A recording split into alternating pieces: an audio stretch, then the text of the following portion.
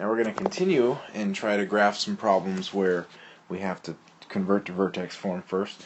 And this one's a little bit different because you'll notice that, hopefully, is that we have an x equals. Now you got to pay attention for that because when we have x equals y squared and y, it changes what we do a little bit. We're still wanting to write it in vertex form, but now it's vertex form for a different type of graph. Whenever it's an x equals graph, you're going to get, instead of a happy sad graph, you're either going to get a graph that faces to the left or a graph that faces to the right. Now, it'll face to the left when the a is negative. It'll face to the right when the a is positive. Okay? So in this particular case, the graph is going to face to the left. All right. Now, it's a similar process to convert to vertex form. But it's a little bit different because instead of h being equal to negative b over 2a, because this is an x equals, h is an x, we actually change it to be k equals negative b over 2a. In other words, our y value of our vertex is negative b over 2a. So it's a little bit different, but hopefully you can follow. So I'm going to plug in my b, so it's going to be negative 4 over 2 times my a, which is negative 2. And then I'm going to go ahead and turn this into negative 4 over negative 4, which is positive 1. So again, this is not my x value of the vertex, this is actually my k, my y value of the vertex. So since this is my k, I want to plug it in for y, because again, k is a y value, into the equation and figure out what the x value of the vertex is. So this is going to give me negative 2 times 1, which is just negative 2, plus 4 times 1, which is just 4, minus 3. And if I work that out, I should end up with negative 1. So that means my vertex is actually, at negative 1, 1. Now again, be careful, because this is h, comma, k, and the first thing we found was k, and the second thing was our h. Okay? So my vertex is negative 1, 1 right here. Now we just got to figure out one other point on our graph so that we can actually plot this on the lab.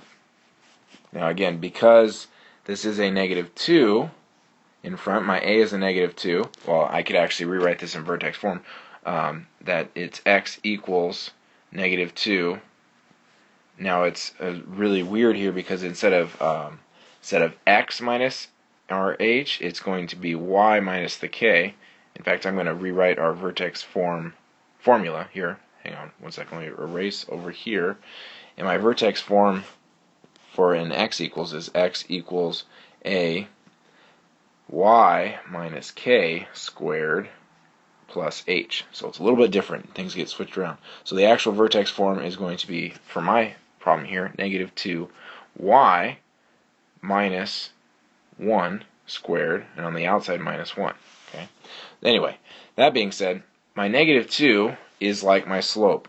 So I can kind of go, and again, because it's going to open this way to the left, I can go up 1 over 2.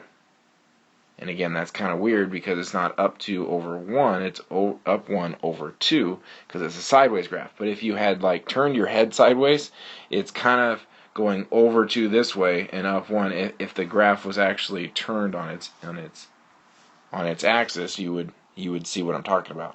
But anyway, so it's over 2, up 1, and then if you click that point, the lab would actually go ahead and fill that in for you. It would look like that.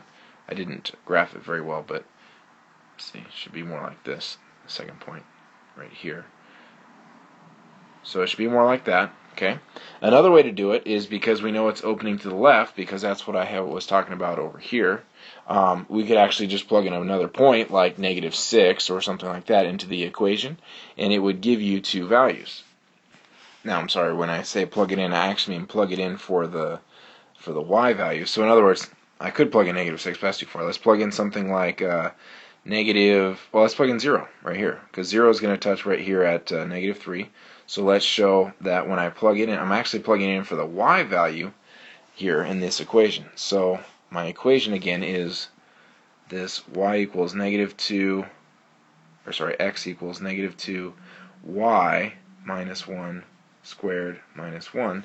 When I plug in 0 here, the 0 for y, I'm going to see it goes to negative 2 times negative 1 squared, which is just 1, minus 1. So I should get negative 2 times 1, which is negative 2, minus 1, should give me negative 3. In other words, that's my x value when the y was 0. When y was 0, I get an x of negative 3. In other words, I get the coordinate negative 3, 0. Okay, so that's the coordinate that I would click right there. So I have the vertex that I click, and then I click this other point, and the lab would fill in the parabola for you. Okay? So again, hopefully that wasn't too much information, but I was trying to clarify if you didn't quite understand what the number in front, the a, how you could use that to go over 2 up 1 instead of like slope would go down 2 over 1.